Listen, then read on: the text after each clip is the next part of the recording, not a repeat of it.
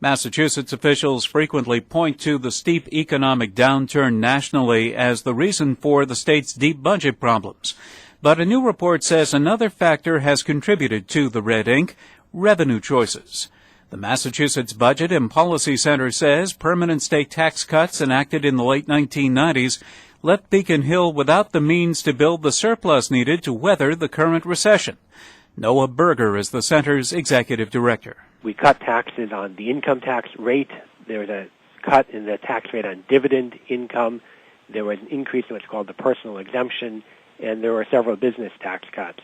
Altogether, the tax cuts and other problems with our tax code have led to about a $3 billion decline in revenue.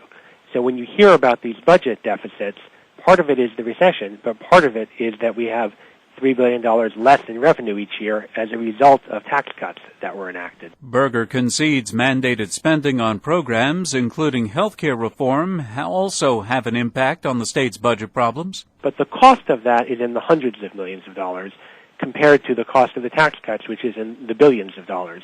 So to some degree, it's a matter of scale and ultimately a matter of priorities. That is, do we as a Commonwealth believe it's a worthwhile investment to spend several $100 million to move towards universal access to health care?